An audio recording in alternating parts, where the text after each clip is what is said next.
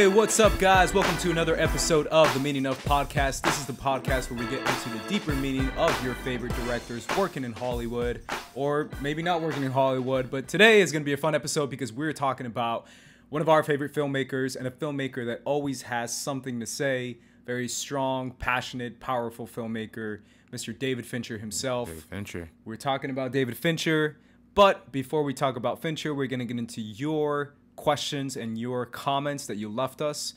We want to incorporate you guys as much as we can, so be sure and leave a comment on our Schmoville page, which you can request to be on the Schmoville page, and on the comment section in the YouTube channel, on Twitter, wherever you feel more comfortable sending us these comments. Make sure you guys do that because we will be reading them. Right, RB3? Yep.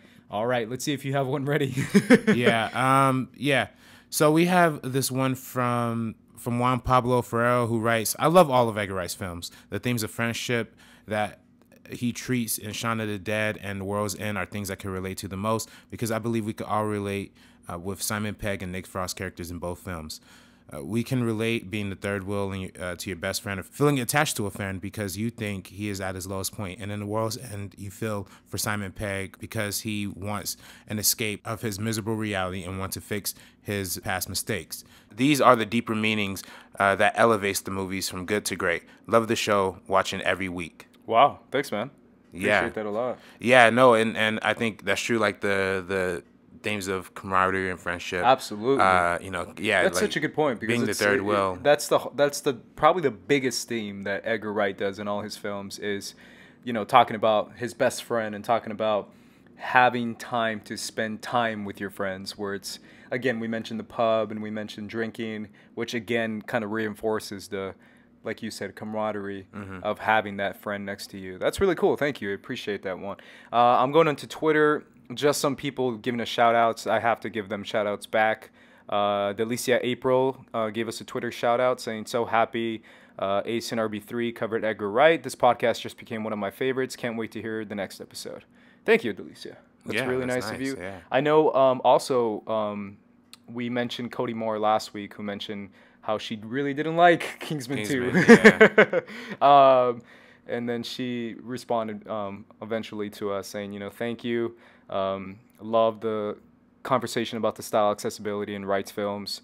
The show's quickly becoming one of my favorites. Thank you, By the Cody. way, does she must have that 280 characters, right? Like, that was more than 140 characters. Absolutely. Yeah. Welcome to new Twitter. Right. What do you think of the 240, the 280? I say, I like, someone put it really well. It's like when you limit how much you have to say in a tweet, it becomes more of a challenge, and it becomes more, the words you select become much more potent, if that makes any sense. I don't know. I just think it's better to keep it shorter. Yeah. In one word, I think it's better to do that. Josh, at Joshua7520, said, just finished listening to the Meaning of Podcast. It was a great, fantastic podcast, so I'm glad I listened. I love Edgar Wright. He's one of my favorite directors, and I disagree with you guys on Baby Driver. It's one of my favorite movie of his. I love the movie so much. I saw it in theaters 7 times. Wow. I'd rank his movies: Baby Driver 1, Scott Pilgrim, then World's End, then Shaun of the Dead, then Hot Fuzz. It's been a while since I watched the Cornetto trilogy. I really need to watch them again. I now really want to have an Edgar Wright marathon listening to the podcast. Again, great podcast. Can't wait to listen to the next episode. Thank you, Josh. Yeah, I mean, we all we could agree or disagree here. I mean, you said Baby Driver's your favorite. It's my personal least favorite. But hey, it is what it is. And again, Scott Pilgrim is a great film as well. We have one more comment. I know a lot of people were addressing our comments about the lack of female characters development. And one guy had a longer comment here. He says, from what I remember, the show spaced. He didn't. This is a crazy comment. I'm just gonna skip the first sentence. Which I figured you guys would have brought up. Scott Pilgrim vs. the World was based on the book first, so I don't think you could blame him for that. Baby Driver, I understand, but think that was the intent, like y'all said, with the 50 stuff. Shaun of the Dead, he could have had a bad breakup, and that's what he saw. It's the guy's point of view for the most part. You can only write what you know. Hot Fuzz is a bromance thrown because Hot Fuzz is a bromance through and through because he is dumped in the beginning, so there's no time for a woman character. Just my opinion. World's End is really about maturity, growing up yet not growing up, trying to rekindle what you had when you were younger, and how everything is seemingly the same, yet not feel like his most personal work. And he kind of says that in Baby Driver commentary that is one of his most personal. So yeah, I mean, yeah, he addresses a lot of what we were discussing with the lack of female Sure. characterization, I guess, in his movies. But I feel like if I mean, obviously, I disagree with a certain portion of that when he says "write what you know," because if we write what we know, then all we get is like no diversity whatsoever. Because the vast majority of directors and vast majority of writers are like white male dudes, but they don't. Just because you're a white male doesn't mean you're gonna write weak female characters and weak diverse characters. I mean, we eventually do see that quite a bit, and it's we should get more people of diversity behind the camera so we can get that perspective.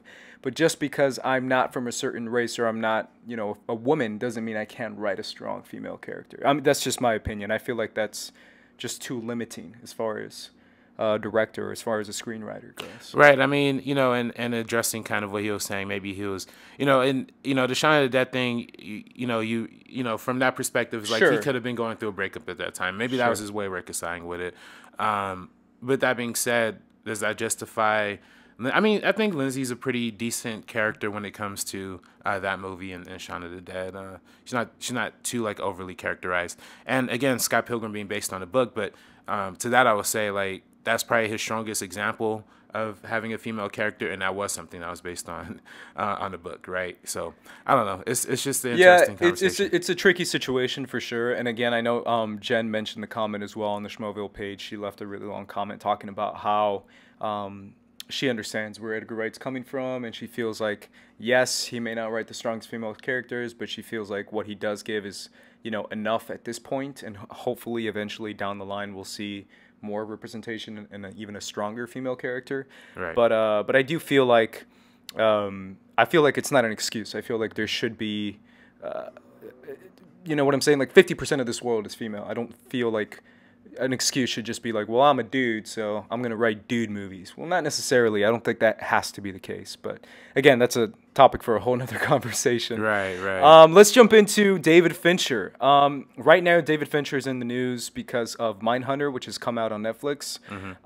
He is very much he has a very distinct voice in Hollywood today, and he is one of my favorite filmmakers working today because every single time he delivers quality, and he delivers something that he delivers a kind of film that sucks you in. The kind of film that you're, no matter if it's two guys having a conversation or just like sitting at a dining table, two people talking across each other, it's going to be engaging because he takes the script and he just magnifies the script and he brings it to life in a very authentic way. And that's why he's a filmmaker that I hold very near and dear to my heart. But I actually wanted to ask you, RB3, this is the Meaning of podcast, but on a personal level, what does David Fincher mean to you? Well, I mean, David Fincher is one of my favorite directors, probably of all time. He's probably influenced a lot of the stuff I've been trying to do in terms of filmmaking. I remember early on, I don't know if it was in that documentary Side by Side that he did with Keanu Reeves and all that, but he said it somewhere, or it might have been an interview or something, but he says the job of a director is to be better than everybody, be able to do everybody's job better than they can.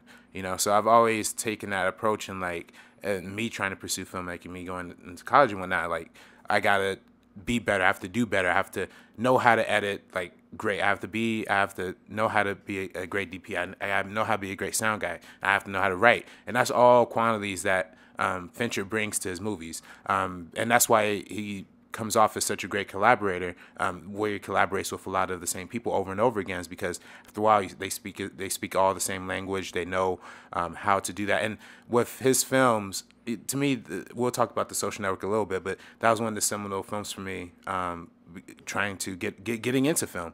You know, I always mention that James Cameron's Avatar was the one that got me there, but The Social Network was something that was like, oh, this is how you could tell a story without all the big effects, all the big budgets and all that stuff. It's just simple stuff. And with his films, he's able to engage the audience by way of connections. You know what I mean?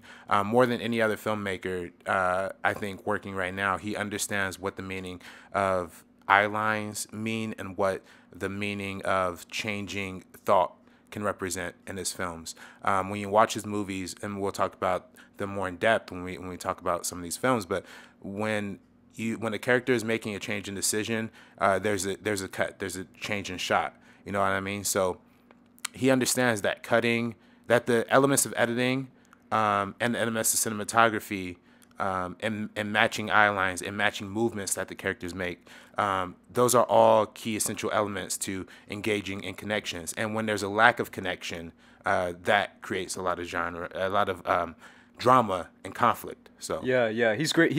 That's like you said, he's one of the most well-rounded filmmakers, because there's a lot of filmmakers that are amazing at visuals. There's a lot of filmmakers that are amazing with getting actors to act really well. There's a lot of filmmakers who are really good at doing action set pieces, but he's one of those guys who can do it pretty much all. Yeah. His background really helps him with that a lot too. Another question I had for you is what was your first experience watching a Fincher film? Like, what was the first Fincher film you remember watching and remember like paying attention to? Well, again, like that was for me with The Social Network. Was that the first one you saw? Yeah, that was the first one I ever really? saw. Wow. Yeah. Okay. I saw opening weekend, and you know, it's funny, like I had. I believe you because you're young, RBK. Yeah, that's true. Yeah. No. I was gonna say, there's a ton of movies he did before that, but the fact that you're so young, I believe you. No, I saw that in the theaters opening weekend, and that was my first David Fincher film. And really, I was just going in and was like, oh, it's the Facebook movie. And then I started getting really into like his watching that film, and that just became, like I said, one of my favorites of all time. Really influenced me a lot. And then in going back and watching more of his other stuff, I've gotten really enlightened in a lot of his experience. But what was his first one for you? See, my thing is like I have a relationship with him when it comes to interest, right? Because I was so young and all his movies are rated R, so it's not like I'm watching them I'm not gonna sit down and go to the theater and watch Seven, right? But when Seven came out, I remember distinctly watching portions of it, or as much as I could of it, when I was like 7 or 8 years old, like really freaking young, too young to watch that movie. But I just remember all the hype around it, because that was one of the most hyped movies that people were just fascinated by it. Like, it was an instant classic. Like, right away when Seven came out, people were like, this movie's incredible. It's amazing. It's twisted. It's dark. It's got Morgan Freeman and Brad Pitt, and they're amazing in the movie. And just, it became a movie, like, even back in the day, like like super social media and pre-internet, where word of mouth was just taking this movie by storm. So me as a kid, being a movie fan, I was like, I have to check this movie out. So I remember watching that movie, again, not really paying attention to the themes. I just remember being disturbed by a lot of the imagery of it. Right. But that was the one, yeah, I know. But that was the one for me that I distinctly, as a kid, remember when they had the kind of cable run where they show movies on TV. Right. So it's obviously a TV edited version, but I remember watching that as a kid and having that like close to me, because I remember the chase scene with Brad Pitt in the rain. I remember obviously the ending. I remember Morgan Freeman having conversations with him about the killer. Right. But that one to me is the one that I just remember everyone was so fascinated with it. So as a kid, I was just like, I have to check it out. Yeah, so those are our first time watching the films. You can guys let us know which ones are yours. But I want to jump into one more thing, because David Fincher, to me, what I love about David Fincher is obviously quite a few things, but one of the things that I think he's very unique in, and one of the things that I feel like a lot of filmmakers, kind of throw under the rug, is the art of opening titles. Now, this is something that David Fincher is quite known for. He's known for always making opening titles and always making them very distinct, very specific to the film that he's introducing. And he always introduces it in a very thematic, a very metaphorical, symbolic kind of way. And I love, love, love, love opening titles. I'm a huge James Bond fan, so I pay attention to opening titles quite a bit. Like, I'm very keen on observing it and like judging it on just a separate art form, because it's usually like a music video, right? It's usually just a song or something like that played over titles, and then images shown through it.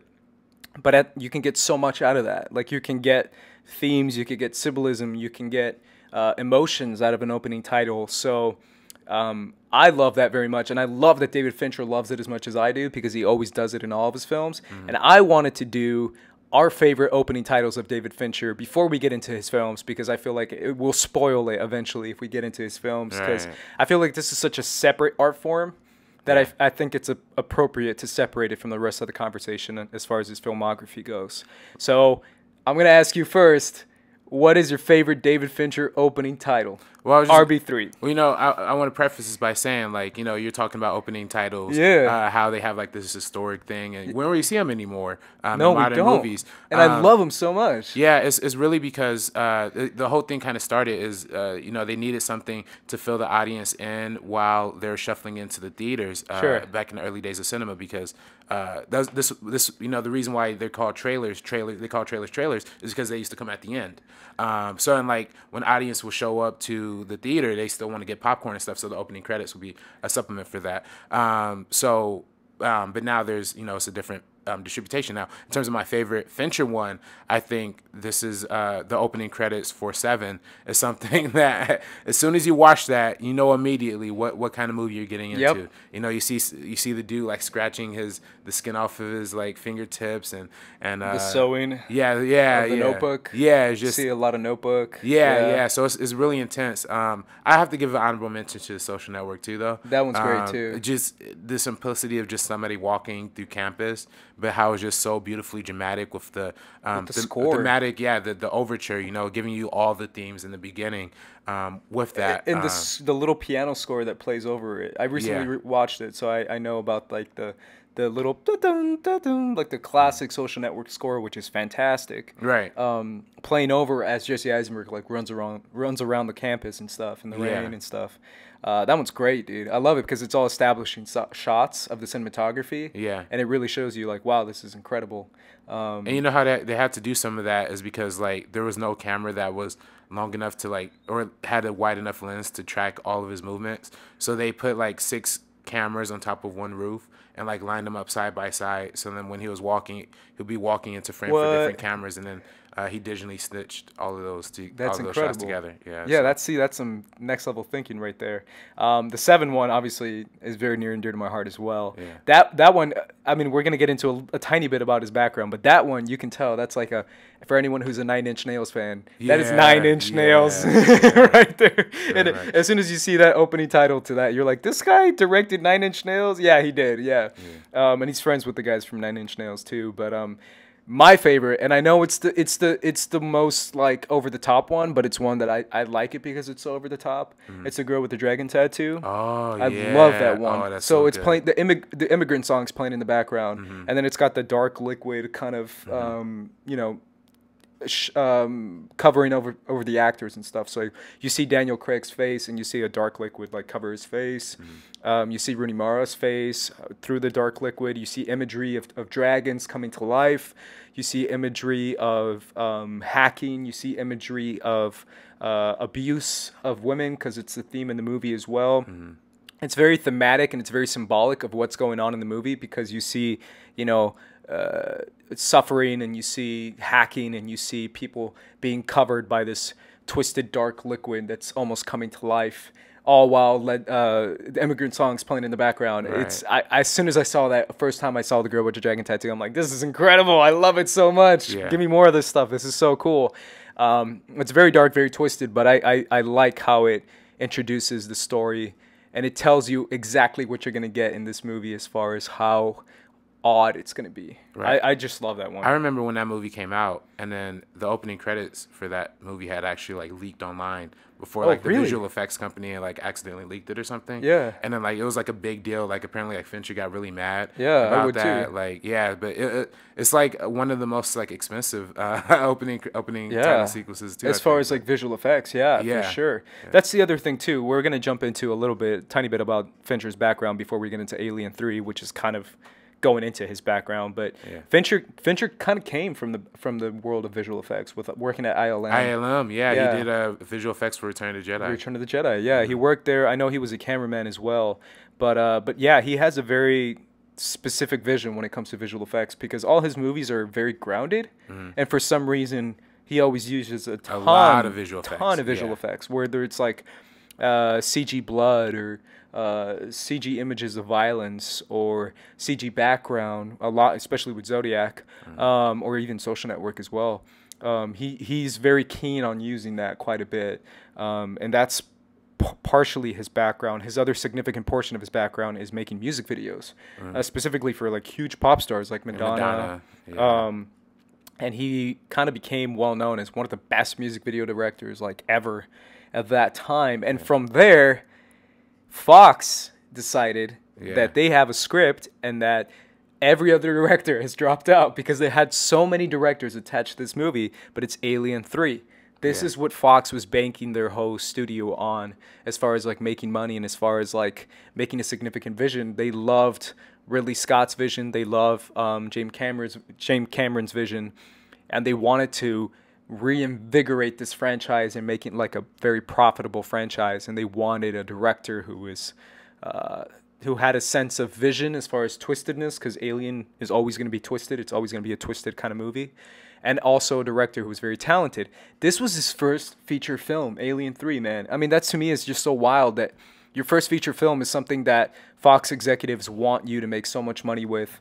And it's notoriously one of the worst productions of all time as far as how disorganized, how muddled, how insane it was for him. I know David Fincher, like you said, has disowned this film, hated the experience, never wanted to direct a movie again because he just couldn't understand how he didn't have a finished script.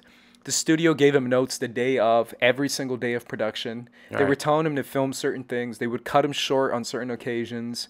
And it was like every single time they were undercutting him, kind of taking advantage of his inexperience as far as a feature film director. And to me, this is such a fascinating story because obviously I'm a big Alien fan, but also because this is a prime example of studio meddling, as far as you can tell. Yeah, well, studio ownership. Studio ownership, sure. They were trying to own them. And it's crazy because we see this nowadays, but this was a prime example of that. And David Fincher's first movie is considered like one of the most like divisive alien movies, and the one that you're just like, how did he even finish this movie with so many people telling him what to do? Yeah. What are your thoughts on this whole? It's more of a story around the making of it than the actual film. Well, yeah, I mean, if you notice that. Yeah, I mean, definitely. I mean, going back to like his music video phase, right? That's where the reason in the 80s and 90s they were starting to recruit a lot more music video directors because if you could tell a music video, tell a story in a music video, that means you can work efficiently, you can work cheap, and you are under the will of like the recording agencies of the pop stars. You know what I mean? Their main job as music video director is to make the pop star look good, and that's what Fincher was always doing in the Madonna videos. A homeboy who just passed away, who did Freedom. Oh yeah, George Michael. George Michael, there we go. Yeah, that music video, some Nine Inch Nails stuff, like you were saying, and you know, and again, this is during a time where we see Spike Jonze coming out of music videos. We see Michel Gondry coming out of music videos. Michael Bay coming out of music videos. Music videos it's an art form that a lot of people overlook. Yeah, because it's an art form. Yeah, if you can make badass music videos, you're an artist. And that's the thing. Fincher wasn't making like the traditional like art school kind of. No, he wasn't. He was making pop songs, and he was winning VMAs for it because they're just so well executed. So, and that's why Fox was so insistent on bringing him in, because it's like, hey, if you come in, if you could do like all these great music videos, you show the talent, and you have style, you have a very clear style. Come in and do Alien 3. But again, they're thinking, hey, we can control this guy. He knows what he's doing. But little did they know how uncompromising Fincher was as a director. So when he came in, started doing storyboards and all this stuff, they're just like tossing him out the side. They're doing rewrites without him knowing. They locked him out of the editing room. So I think that's why when you watch movies later on in his filmography, there's always kind of a distrust of the establishment. You know what I mean? But that's kind of, it's also when you watch his other films, now you know it's him. Yeah. Because you know that he's going to put his foot down really hard. Oh, yeah. Because the first time he didn't, kind of, or he couldn't. Yeah. But now, like, every film of his is kind of his. Yeah. As far as, like, you can tell this is a Fincher film. Whereas Alien 3 wasn't. Right, and exactly. And, you know, his uncompromising, thick skin is built from Alien 3. Yeah. He doesn't take crap from. In fact, after Alien 3, every movie that he made, he insisted on having Final Cut. Because imagine being your first time director, going into a big franchise where you already had a lot of success, and not only music videos but in commercials as well. And you come into your first feature film, you're getting locked out of the editing room. You're not having anything. So of course he's gonna say, like, there's nobody who hates Alien 3 more than him. Of course there's gonna be this ownership. But then thematically, I think that plays a really key piece, because, like I said, his idea of anti-establishment, anti-media.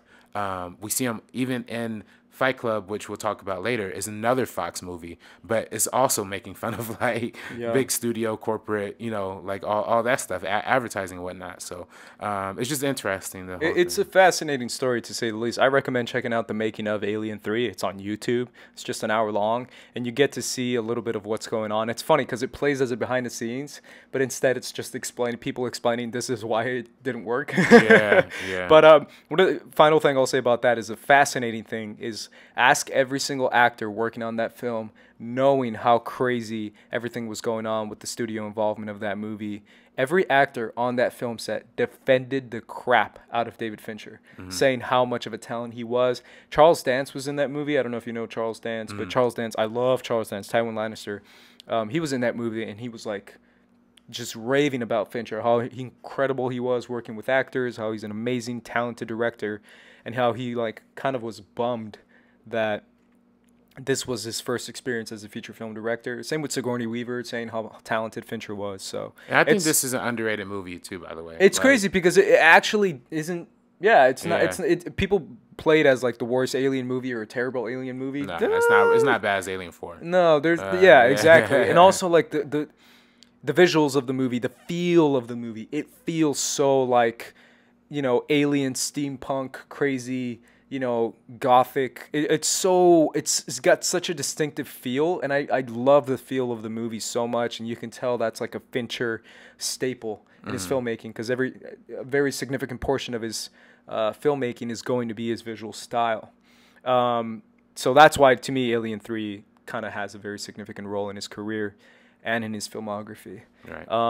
What I'm going to do now, guys, is instead of kind of jumping through each one of his films in order of filmography, I'm going to do, we're going to kind of jump around a little bit. So we're going to kind of box in a little bit of his films as far as genre. So one of the genres that Fincher is incredible at, and he's probably the best at, by any imagination, and the one that he's doing now on Netflix, which is Mindhunter, is kind of that crime investigation, the detective thriller kind of story, as far as but he always very dark, obviously. Yeah. But he does those so well. So he did Seven, he did Zodiac, and he did Girl with the Dragon Tattoo, all of which involve some sort of crime mystery sort of angle. So we're gonna kind of fit those three movies into this section of the conversation, and it starts out with probably my favorite Fincher film still, and it's his first real film, and that's Seven.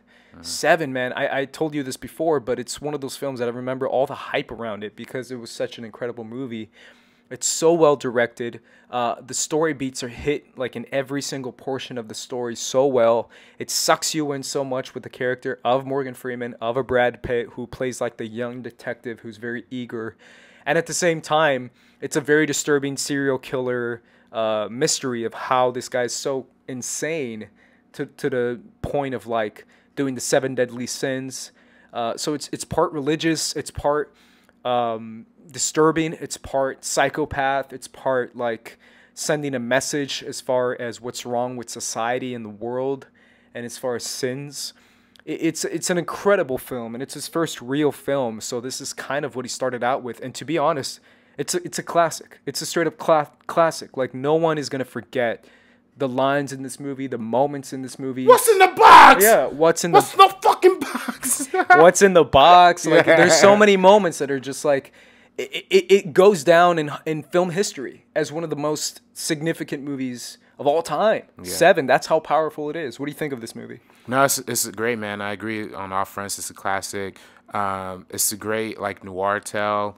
It's very like heavy, especially like that whole chase sequence in the rain Oh, it's was like great. just something that will come straight out of like an Anthony Mann film or something like that. And it's really nice portrayal of these two detectives, Morgan Freeman and Brad Pitt, who initially are hating each other. And when you watch the film, I kind of talked about eye lines before. Their eye lines never meet. Whenever there was any sort of connection, it would cut away like almost immediately. So you felt disconnected from the very get go. And so, but eventually that relationship grows and grows. You see them starting to make some connections. You see them starting to fit in the same frame together as two people, as two friends. And so when they at the end, when there's that like last shot of them just looking away at each other and just drifting off, it's like so heartbreaking. But further than that, you kind of talked about the themes of the seven deadly sins. With Kevin Spacey's character John Doe, how he is emulating some sort of like Satan figure, and how his own death will lead to like the completion of these like seven sins or whatever. And it's a really well executed crime thriller because you're always on edge. You never know what's going to come next. You know what I mean? When he comes in and confesses to the murder, that's completely unexpected. And later on, learning that the blood he came covered in was really like the blood of Gwyneth Paltrow's character, Brad Pitt's wife. It's just like extremely heartbreaking. So, to me, it's a classic, and I think it's one of David Fincher's best. It's one of the most powerful movies in that sense as well. How it hits so many different themes and it hits so many different areas, and it's crazy because that conversation that John Doe's character Kevin Spacey has in the car with Brad Pitt and with Morgan Freeman, talking about why he did what he did, talking about how no one's going to miss the people he killed or whatever, talking about the purpose of what he did, is that kind of like serial killer, cold, sociopath, highly intelligent kind of character that we see so much nowadays, and we saw so much in the early 2000s and in the late 2000s as far as people's fascination with serial killers, basically. And that cold, disconnect, psychopathic mentality of what he's doing as far as like a mission that he's going on is so disturbing. It's so freaking disturbing, and it's so powerful because it hits all those notes at just the right spot. And obviously, to be fair, this is kind of obviously Brad Pitt has done stuff before this, but this is what starts the relationship with Fincher and Pitt as far as all the films they've done in the future, because they've done a lot of movies, and it kind of started Brad Pitt on a path of like getting him out of like the heartthrob. You freaking took the words out of my mouth. Yeah, getting him out of because at this point Brad Pitt is more that kind of model, kind of good looking, everyone's actor, like actor, right? As far as like he's more of a model than an actor. He's like a movie star. He's a movie star. This is the movie, and this is the relationship, Fincher and Pitt, that kind of start him on a path of actual acting, of serious roles, of acting in roles that really make him someone you look at and you don't just see a pretty face, but you see a really, really good actor. And that was Seven, because Seven started that. Obviously, you see that escalate more in Fight Club, but in Seven is that kind of, starting point for that. Yeah, I mean, he was in Thelma and Louise before, but again, kind of playing off like the jokey kind of handsome guy. But here is like he's rough, he's rougher, he's grizzled. He has like a harder edge to him than you'll see most characters have. And especially playing off of somebody like Morgan Freeman, who's trying so hard to like hold the film down, hold his own character down, like his relentlessness, try and retire. He's kind of like, I'm too old for this shit. Before that was like a thing, you know what I mean? Like, that's so true. Yeah, like literally at the beginning of the movie, he already is like, I'm done, dude. I'm retired. I'm so done. Yeah, he really doesn't care. But then the first half of the film, he's trying to get out of this case, but eventually he can't. But even in like the third kill, he's still like, oh, by the way, I'm done. It's like, dude, really? You're done? This kill? And he's like, yeah, but all right, now I'm in. But it took him so long to be like, I'm in. Yeah. But having that power dynamic between him and Pitt, I'm pinning those two together and forcing them to. It's fascinating. I was thinking about that the other day because the relationship they have is obviously of like a young rookie detective and an older veteran who's like kind of like teaching him like, hey man, you're all happy and all like, headstrong about life and about changing the world, but eventually you're not going to be, because they have that conversation at the restaurant or at the bar, Yeah, restaurant. Yeah. talking about how like their perspective on life is like, this is all just one big joke. It's not going to, fulfill to anything bigger. And then Brad Pitt's like, I disagree. I think we're going to change the world, and I think we can do something significant with our lives. And it's that kind of whole, like you said, grizzled, jaded background of Morgan Freeman's character. But at the same time, there's moments where you feel a connection. The dinner scene with his wife. There's moments when you feel a connection of almost like a fatherly figure, where he's almost like looking at him like, like, I should take care of this kid because he's so young and he's so inexperienced and he's so like bright-eyed and bushy-tailed that, I feel bad for the kid, and he's just like almost hanging on to him as far as like, don't be corrupted. But get ready for the world, because the world is a much darker place than you think it is. Yeah, and he kind of flips that dynamic in Zodiac, where we get like the Robert Downey Jr. character and the Jake Gyllenhaal character, whereas instead of being like an uplifting kind of like fatherly figure, you see the Robert Downey Jr. character is like, just give up, kid, like just don't go after this anymore. Don't try and decipher something. Leave it up to the police and the detectives, because at the end of the day, in trying to find the Zodiac killer, even though he's like the head of like the San Francisco Chronicle and all that stuff, there's still, for Robert Downey Jr., there's no pressing issue beyond, what his danger level is, right? What he feels. Meanwhile, because he's just a boozer, he's a drinker, lives on his own. Whereas Jake Gyllenhaal, he has a daughter, and he's scared that his daughter, his son, right? Or his son. Yeah, I'm sorry. Yeah, his son. Yeah, he looks at his son going on a school bus, and he gets more and more worried every day that the Zodiac can make that his next victim. So Jake Gyllenhaal's character is more motivated by pursuing this case in order to like crack this puzzle and just to crack the mystery, because we see he's a curious dude all the way from the beginning. He does all the art room sketches or whatever. Yeah, and it's also it's also the fact of like an unsolvable case. It's an itch that you can't scratch. It's like something that you're so like freaked out that how can there be someone this insane out loose on the streets, and people are just kind of like, I mean, whatever, we can't find him. We kind of give up. And he's like, how can you give up? This guy's crazy. He's killing people for fun.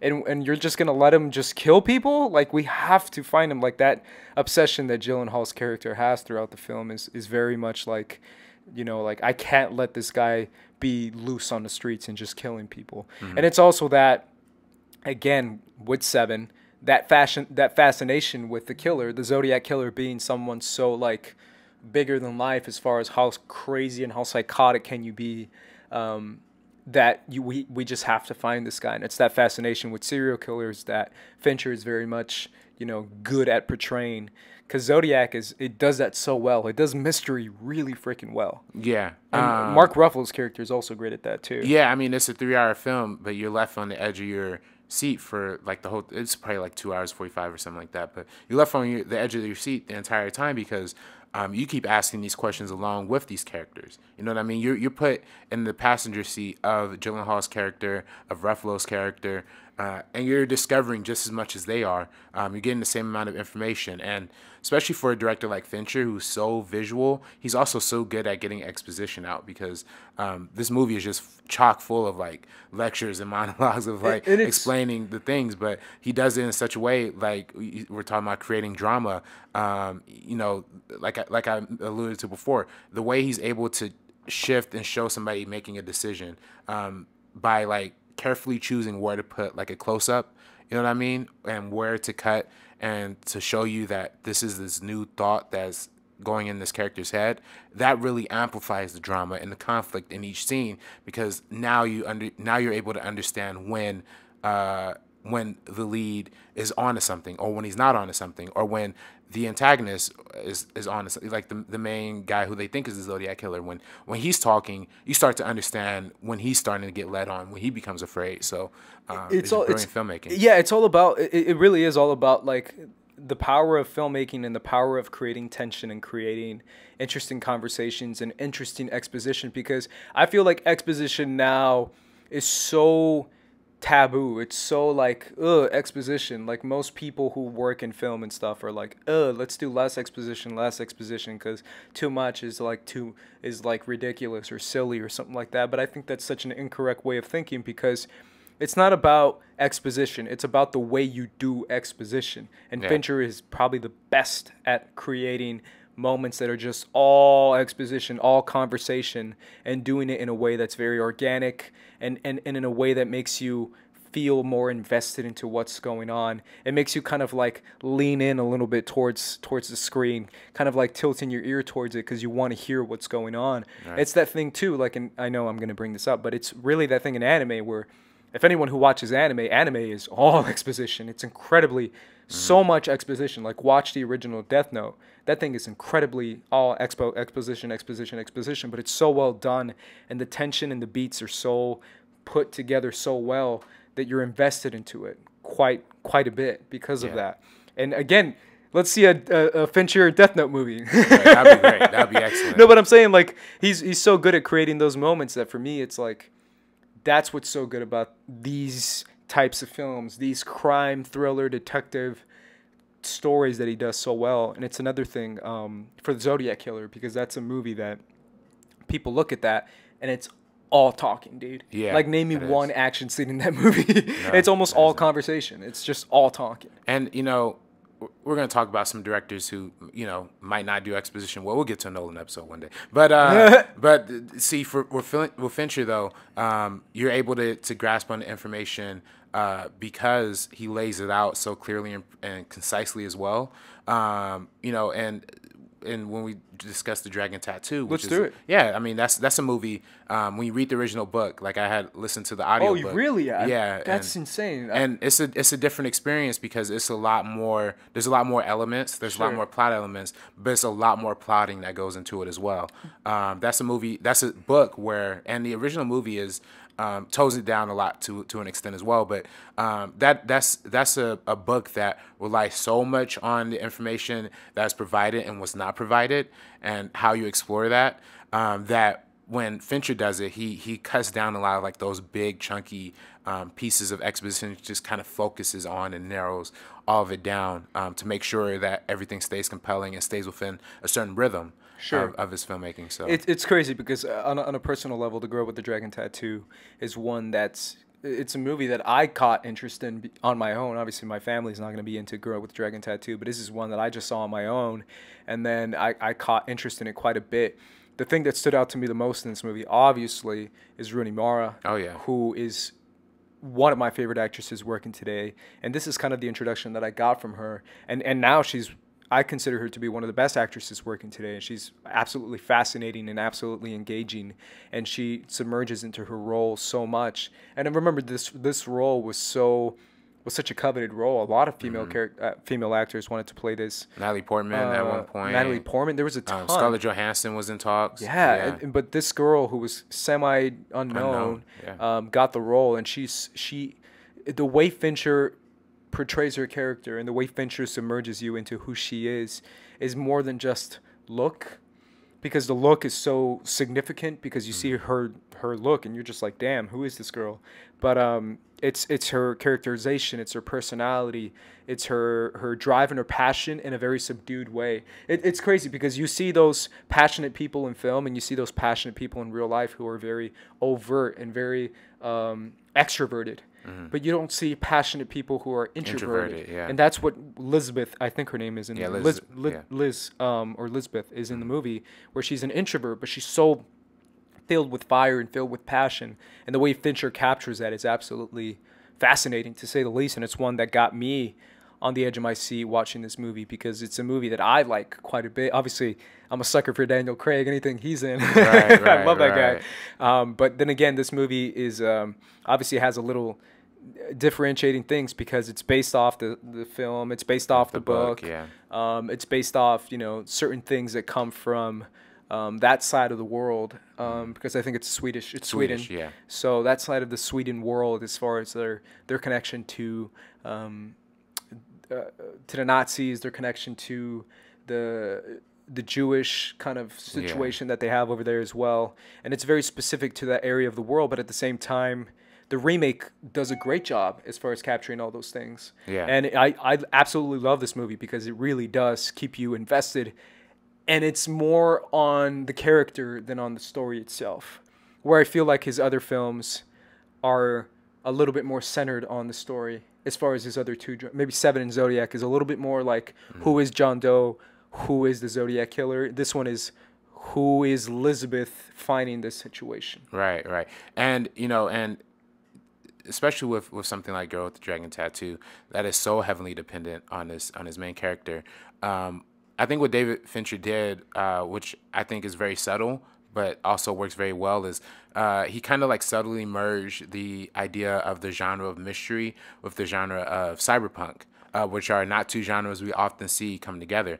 But whereas cyberpunk is more character focused, right? Like that whole genre is all about this introverted character who is into computers, who are punks. They're like punk iconography, but mixes that with the detective element, with the mystery element, and doing that, you're almost as clued out of her situation, her mindset, as you are with the main mystery. Absolutely. So you're trying to discover just as much about her. Why is she so damaged? What does she do? And again, we see like the whole thing with her being raped, and eventually like.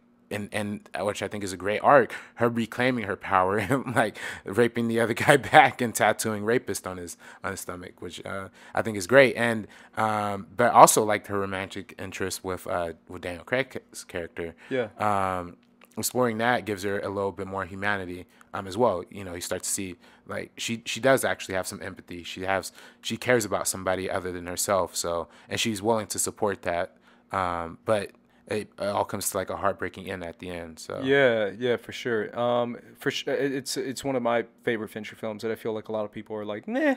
But I love that movie. I love Girl with the Dragon And Rooney Tattoo. Mara was nominated for Best Actress for that. She absolutely was. And I think a lot of people were expecting a Best Picture nomination at that movie, but it ended up getting one. But yeah, Rooney Mara was great. Daniel Craig, he had to put on 30 pounds for this movie. That's right. Yeah, he was in the middle of doing Bond movies. Yeah. Because I remember watching him in this movie, and I remember hearing that. I'm like, you're still ripped, dude. Yeah. This is fat Daniel Craig is still ripped Daniel Craig. Yeah. Screw you, man. Always look better. Let's move over to Fight Club, which is probably his most acclaimed movie. Who created another classic. This one and Seven are two that I would consider his classics as well. Social Network could be up there as well, but I feel like as far as classic films, as far as what time has told us, because that's what classic means, is that basically time tells what this movie is. When it came out, didn't really do much, but a few years passed by, eventually people start to take more interest in this film. Fight Club is insane. It's absolutely insane, this movie. It's offensive. It's disturbing.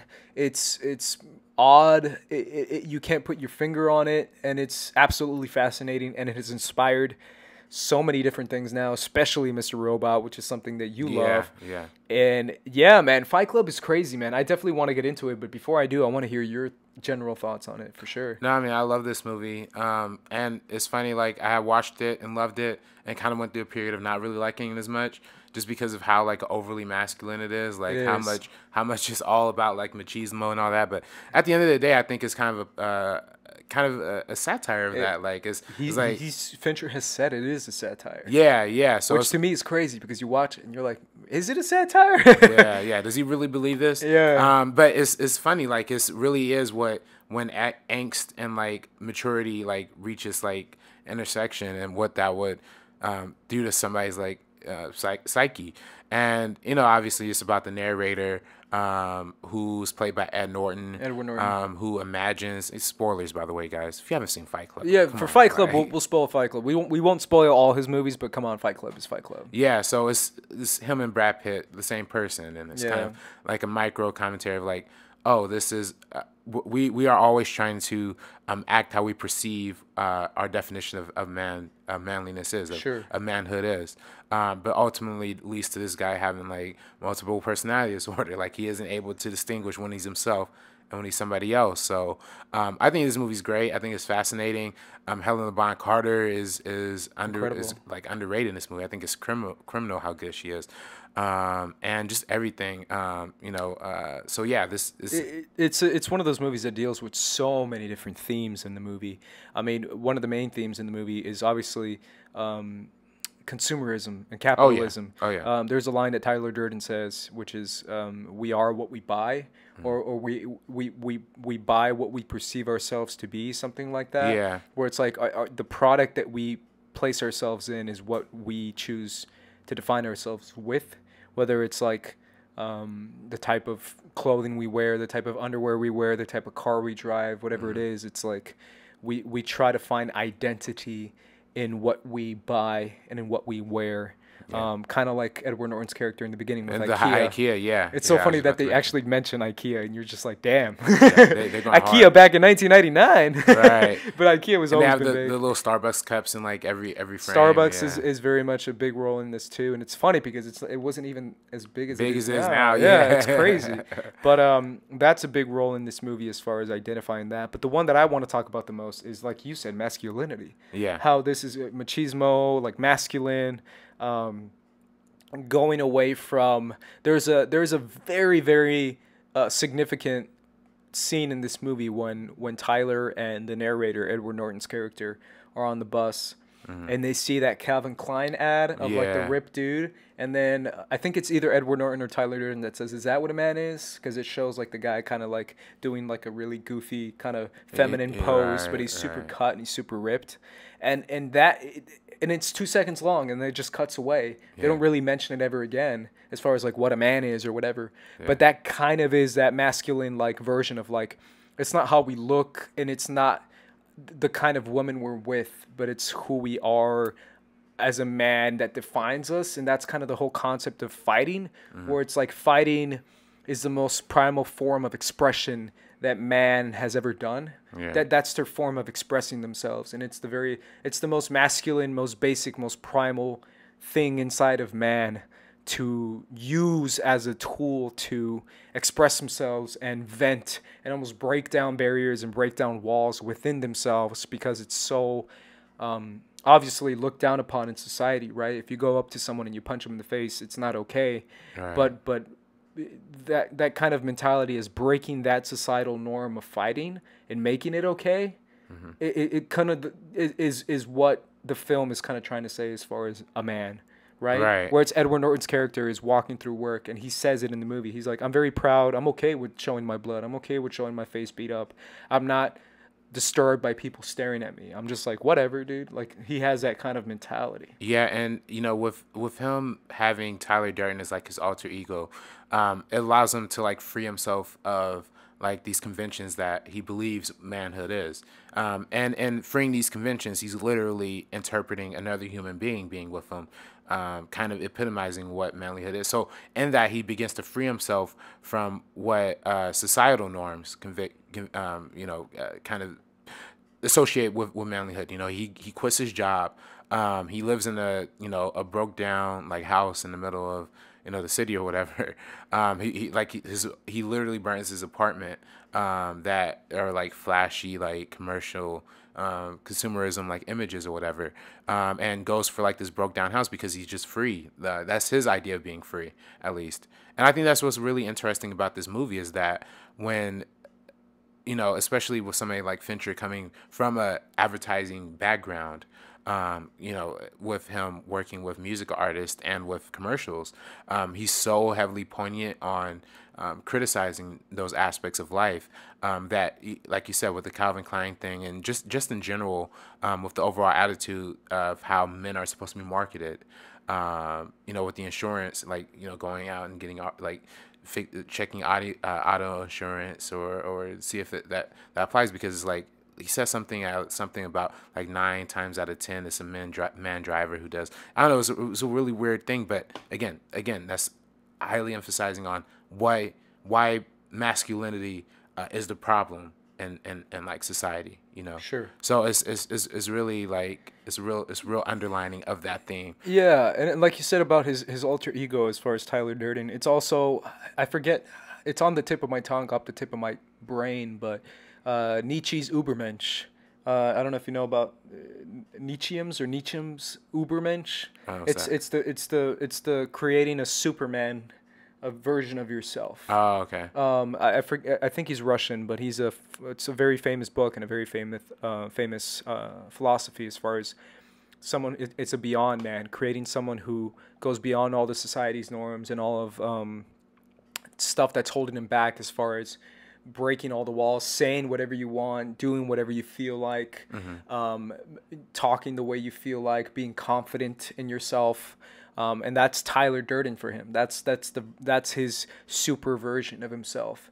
As far as like Tyler says whatever he wants, Tyler's super smart and he knows it and he rubs it in your face. Yeah. And that selfishness that Tyler displays is ultimately the downfall of the narrator's story. Sure. Like he follows what Tyler's doing in terms of like just like leading on women and like fighting random people on the street, that ultimately leads to what we associate with terrorist actions. Sure, it's escalation. Yeah, right. It starts out as a fight club, then he gives homework assignments, and then those homework assignments turn more and more and more elaborate. Yeah, and he goes like literally nationwide to he creates an organization that you can, like you said, it's kind of a terrorist organization. Yeah, but it's an anti-conformist, anti-society, almost F-society there it is. organization. Yeah, very much so. There have been other movies that have kind of ripped it off though too, like Secret Window with Johnny Depp. A lot of people have taken influence from Fight Club, so it's really interesting how impactful that film is, just in being like so like recent. One last thing I'll say is that there's a ton of weird, funny moments in this movie, but one of my favorites, and it's so little that I just like it.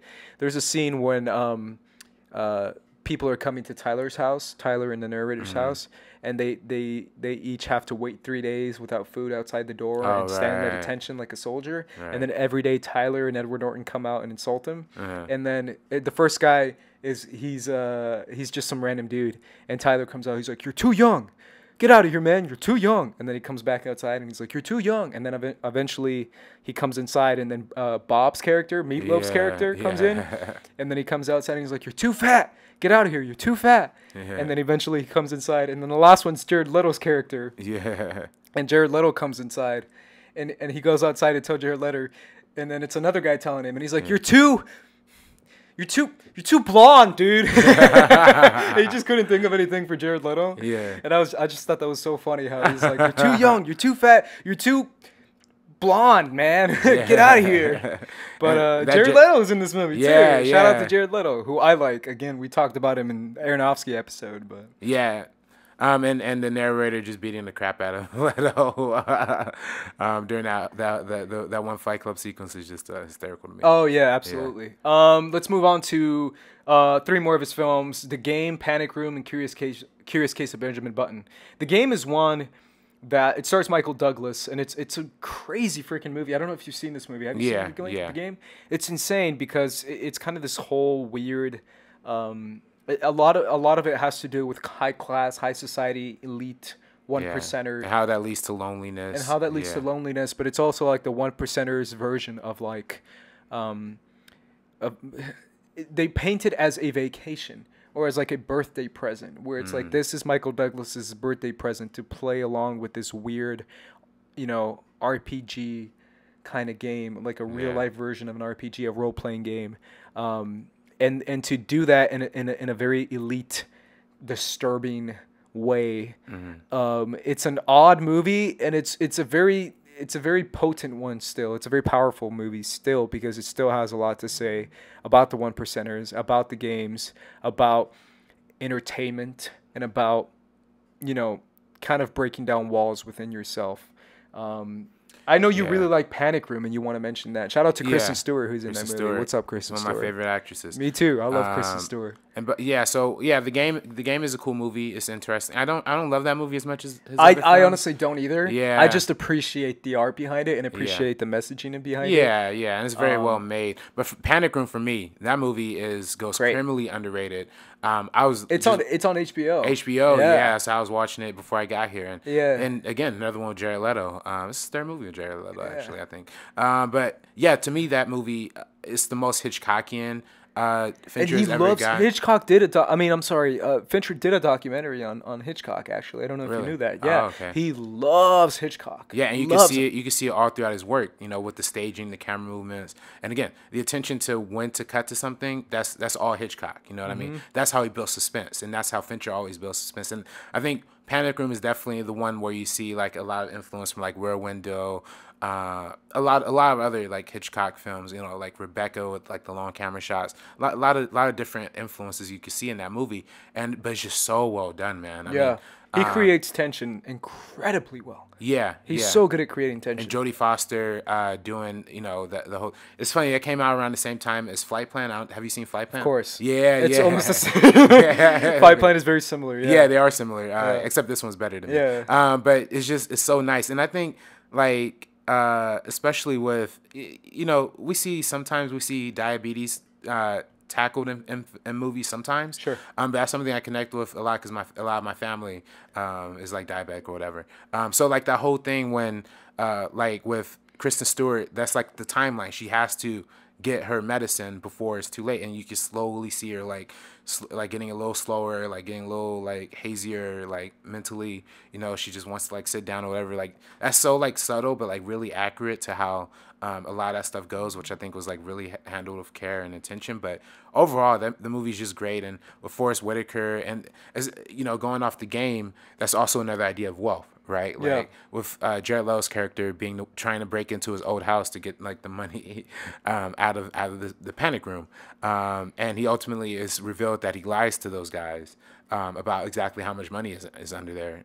So it's a great film to me. Is one of my it's probably the most underrated Fincher film. I feel like I agree with that. there's not really a lot of depth to it, but it's more about like the style and the filmmaking and how you're able to keep these two separate group of characters isolated, but at the same time like have them have some sort of interaction is really fascinating. So. Absolutely, yeah. And The Curious Case of Benjamin Button is one of those that's it's so odd to say it's a Fincher film, but it's a Fincher film. And this one got a lot of Oscar attention. I know that. Yeah, for this was sure. his first movie that got big Oscar. Yeah, this one was one that I remember the Oscars that year. I forget the year it came out, but it just got so much Oscar attention for Brad Pitt, for makeup, for The visual effects, which is just like so influential. To this day, this was kind of the first movie that pioneered the de-aging and the aging effects. And this was, I mean, like even we see it now done in like Marvel movies. It's starting to get a little better.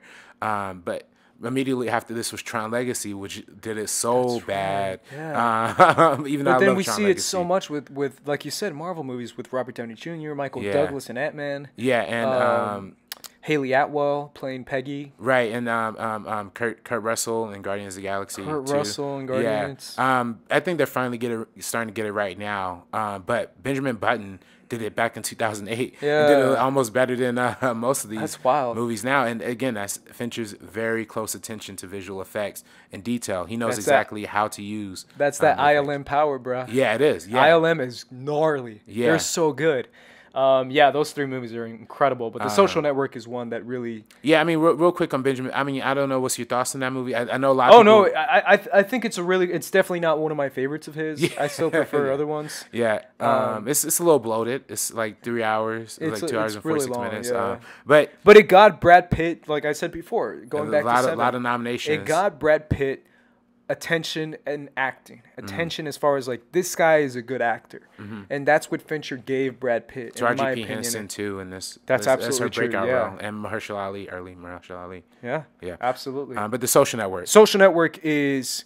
I've rewatched this one. It's a fun rewatch. It's crazy how much fun it is to rewatch it. But man, rewatching this movie, you're like, damn Zuckerberg, you're Yeah. crazy, dude. Because it really it doesn't paint him in a good light, to be honest. But it's crazy rewatching the film and knowing where Facebook is at now, and knowing how much money Zuckerberg has and how much pride the guy has. It's crazy how much pride he has in what he created as far as Facebook. Because throughout the film, you get the two sides of it, right? Three sides of it technically, but the two sides of the Winklevoss and Eduardo's character, which is Andrew Garfield's character. Yeah. And you get the two sides of like I have a stake in Facebook because I co-created Facebook, and the Winklevosses are like, well, I have a stake in Facebook because I gave him the idea of Facebook, and it's that whole intellectual property, money, who owns the rights kind of thing that obviously is so, important in Hollywood today in general, with comic book rights, with TV rights, movie rights, and all that stuff. But now, making it as far as like intellectual property is so fascinating. It's absolutely fascinating because it's all the deposition of Zuckerberg's character, and it's so well handled, and the script is just Sorkin at his best. Sorkin, and that's what's so great about this movie, I think, is the way Sorkin and Fincher were just so who's in the movie together. By the way. Yeah. You know Sorkin's in this movie? Yeah, he's in there for like one shot. And I'm like, what? That's Sorkin. He actually directed that one shot where like they slipped the envelope under the door. Like Fincher took off for the day, and like Aaron Sorkin was just like left to direct it. But that's hysterical. Yeah, it's funny, and it's and working with Fincher and Sorkin, what those two were really able to do was make the perfect mixture of highly visual, highly stylized director with fast-paced words and whatnot. And it was even so much to the point where Fincher was had to work with Sorkin to help like rewrites because there were just moments that were just so chock full of dialogue that Fincher was like, yeah, if we just need to get straight to the meat here, and that's what's really powerful with this movie is when you see a lot of the scenes in this film from the beginning, the opening 9-minute scene all the way towards the end. The whole way the film is structured is like escalating tension, where you start to see the subtext rise and rise all the way to to where the subtext explodes into the text of the film. We see that in the beginning where it's like Mark Zuckerberg is so focused on getting into the finals clubs, but he's not saying it directly. But once that is brought to the level, then we start to see how the scene implodes. And it's, again, at the end, relating back to the finals club when Agrado like smashes his laptop or whatever. Yeah.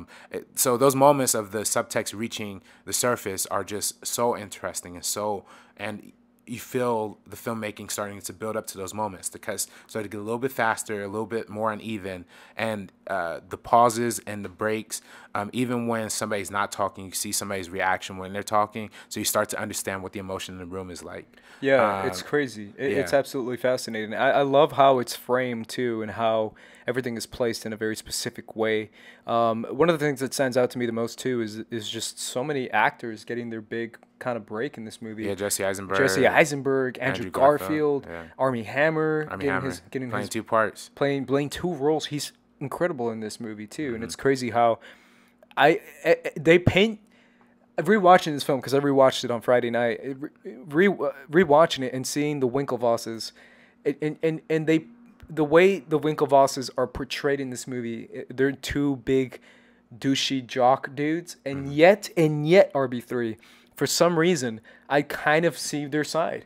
Yeah. Especially that scene where they're like, and you're not supposed to, but personally, I see their side because there's that scene where they're talking about like how many emails I sent him an email this day, and what did he respond? Did not respond. How about this day? Did not respond. How about this day? Did not. And it shows you how the progression of like they actually kind of had a case in this, and the movie tells you that they don't have a case.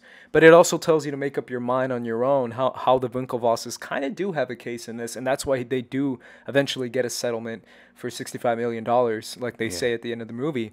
But the one who is the biggest emotional tug and the biggest emotional feel, and kind of the character that you're kind of writing the POV with, is the Andrew Garfield character with Eduardo, and kind of seeing how his POV and his perspective as far as how he is legitimately fighting for the company as much as he can, and Zuckerberg is so on a different scale, and as far as two sides going in two different directions, and you see both sides because it's all about the advertisements, and it's so funny because the whole thing is about advertisements with Zuckerberg and with Eduardo's character, and now it's like Facebook is so many ads, and it's like Zuckerberg's like no ads, and Eduardo's like we got to make money, dude. I mean we got to sell ads. That's the only way to do it.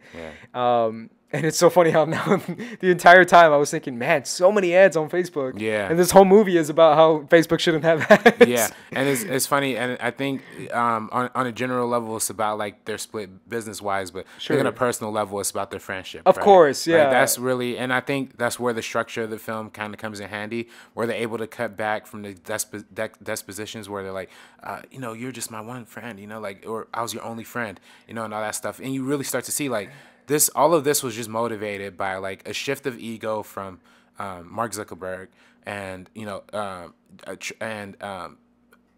Eduardo trying to move on past the relationship to do something more. Eventually it's all wrapped up in the sense of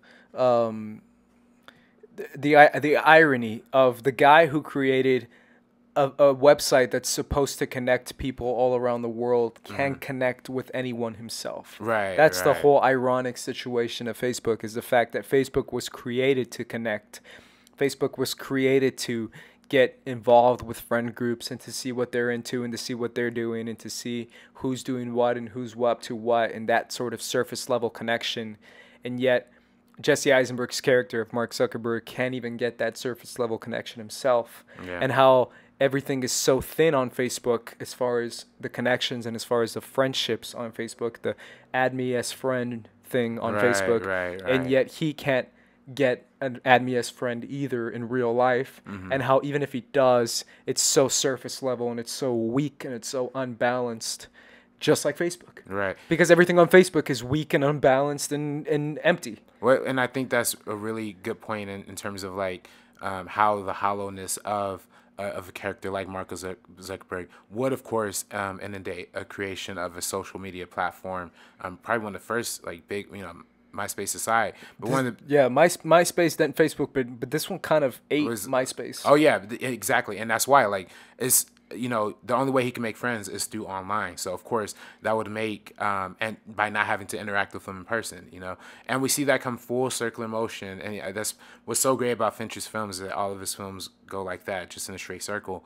With this movie, where he starts off arguing with the Rooney Mara character at the bar. Shout out to Rooney Mara. Yeah, another one. And then it starts off with them arguing and breaking up, but it ends with him seeing her profile on Facebook, contemplating at sending her a friend request. The irony of that situation as well. Yeah. So it's just So it's beautiful filmmaking to me all across the board. It was nominated for a bunch of Academy Awards. I thought it should have won Best Picture that year. It was nominated against The King's Speech, which ended up winning. Right. But Fincher was nominated for Best Director. Jesse Eisenberg was nominated. And it won for Best Editing, Best Original Score. Didn't it get nominated for DP too, for cinematography? Yeah, cinematography, yeah. I'm not sure. I think it might have won. I'm not 100% sure. It might have won. I think it did win, actually. Yeah. It was either that or Inception. But definitely one of the seminal films, I think, of the 21st century. I think is one that people are still doing deep dives into today. I have like this editing class that I go to at USC, and we have to do like a whole scene presentation where we take like an original script and break down how we would edit that scene just based on the page level.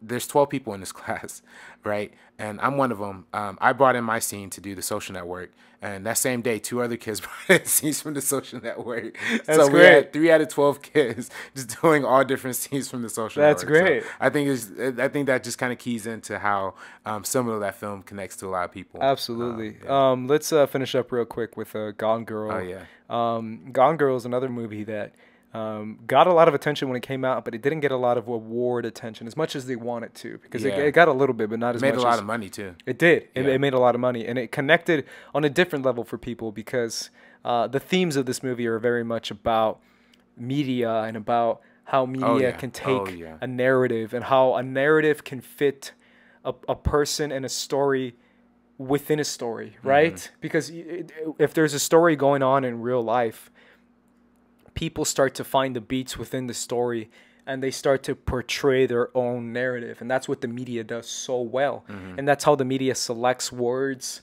selects moments, and selects images exactly the right way to paint a picture to tell the audience, which is the world, which is anyone who watches the news, or anyone who's on social media, or anyone who's on Twitter. It's like the media is so good at portraying how to frame something so well, and it's that real life versus narrative life kind of persona of this Right. thing. I mean, that's essentially what it's about. But personally, watching the movie, I was just like, I ain't getting married, bro. Yeah, I mean, it's Yo, a very, girls be crazy though. yeah, yeah. That's me watching the movie. But in reality, it's about that whole media portrayal of a narrative and how things can be framed a certain way to perceive to be reality, but in not real life, they're not real. Yeah. And who you think is the killer isn't necessarily the killer. Yeah, and I think it's also like a big commentary. Like you mentioned about marriage, it's like like an over exaggeration of what the extent of a bad marriage can lead to. You know what I mean? How That's what I got out of it the most. Right, Yeah, I was right. just like, damn, bro, marriage sucks. right. What it means like to have a one-sided marriage. What does it mean to not be as dedicated or as faithful to your partner, and how that could push somebody to the extremes of the limits of marriage. You know, and in the end, they have to stay married just because of the situation they find themselves in. Sure. But it's just like an overall like heart-wrenching kind of examination of this is what you could, I guess not be trapped in. Well, yeah, trapped. Well, see, now this is a question I want to pose to you, Ace. Like, is this, this is a debate that's been happening for a long time. I'm probably the wrong person to ask. Is this movie a feminist film or anti-feminist? Oh, goody. Yeah, That's such a... Ask David Fincher. He will tell you it's a feminist film. He will tell you that this movie is about how... I think Fincher will say it's a comedy. but I think Fincher would tell you that it's about how... we've unfairly put women into situations in marriages, and as far as portraying the wife role, because it's a role, and a role in the real world, and a role as far as acting world as well. Like, you're acting as a wife, and you're a wife. That's the role you take on, and we're unfairly putting that, on a woman, and the woman is taking that on itself. Ask me personally. Girls be crazy, man. Bitches be crazy, bro. That's what Fincher would say. What I would say is, damn, girls are crazy, dude. Yeah. I'm gonna go out with no girl. Right. Like it's so funny because for me it is a little bit anti-feminist in that sense, where it's just like, what did you get out of that movie? If you ask me, I'd be like, yo, girls are crazy, man. I don't know. I don't know if I want to hang out with any more girls anymore, because it is kind of that thing where it's like, her character just takes it so far, and she's so over the edge that females watching this movie may be like, oh yeah, go girl, but me watching the movie, I'm like, please don't cut my throat. right. Because she cuts freaking what's his face's throat, Neil Patrick. Yeah, Neil Patrick Harris. And I'm like, yo, you're crazy. Yo, and they and it's that's very such a fascinating question though, RB3, because it really is that, like, is it like, yo, look at this, how crazy wives can be, or is it, yo, look at how bad you treat wives? Yeah. And, I think that's where the question ultimately comes to, like, where we see the side characters. Because we know from the very beginning, Ben Affleck is an idiot, and he's an asshole. You know what I mean? Like, there's no getting around it. Like, he's very, like... But Tyler Perry, though. Tyler Perry, yeah, that's funny. But no, and he's good in this movie. He is good, yeah. I'll give him that. Yeah, one good movie. With framing it in that respect, you kind of see, like, what they're going for and showing, like, this is where an abuse...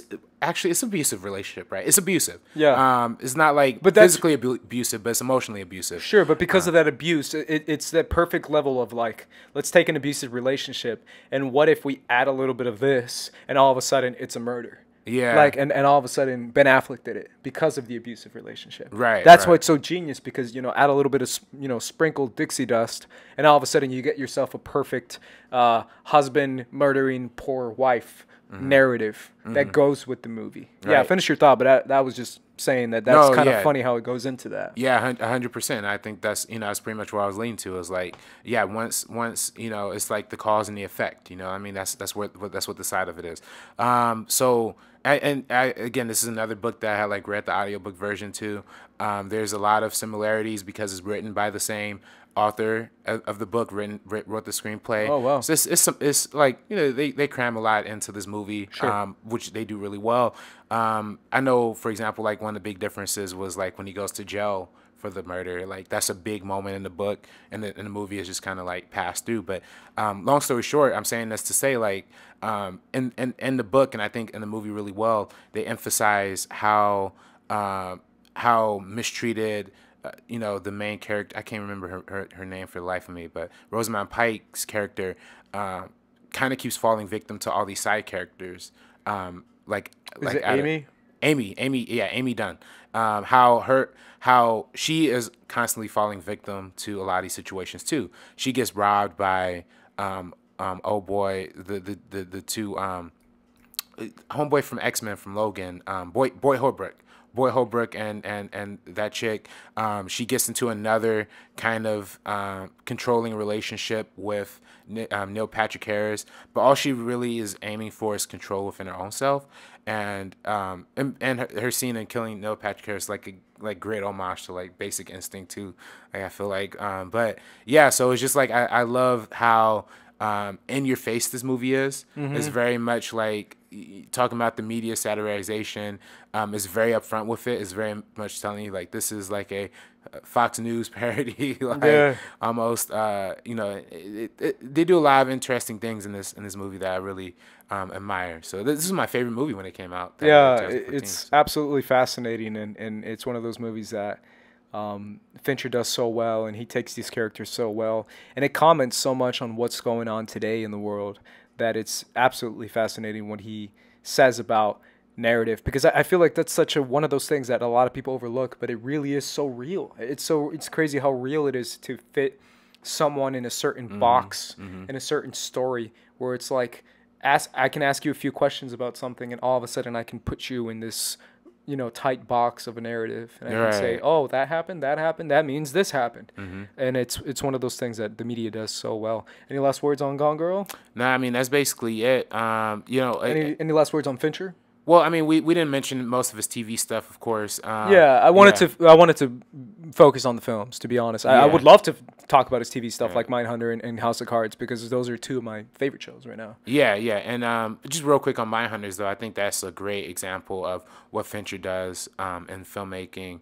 And by the way, there's this channel called Nerd Writer who does like these video essays. Yeah. And did a video essay on how Fincher moves the camera in alignment to the way the characters move in film and in his films. And I had noticed that in watching Mindhunter for the first time, and then kind of going back, seeing that in a lot of his movies as well. But yeah, it's very nice, very good TV. And I think that hopefully we get to see another Fincher movie. He's scheduled on IMDb for World War Z 2. Yeah, no, I don't want to see that. Which is so odd, but apparently it's that Brad Pitt relationship, man. He loves Brad, and Brad loves him, and they want to make weird, creepy zombie movies together. But yeah, guys, Fincher is again one of my favorite directors. Let us know what is your favorite Fincher movie. Let us know what is your favorite Fincher opening title sequence, favorite Fincher character, whatever you want to say about this guy, because he's an absolutely fascinating film director. Favorite Fincher music video, maybe. Whatever you guys want to say in the comment section down below. We'll be looking through those comments next week. So make sure you guys leave a nice comment, because we will be reading those. Make sure you guys like and subscribe and share if you like this podcast. This is the Meeting of Podcast. Officially, Ace and Number 3 are peacing out.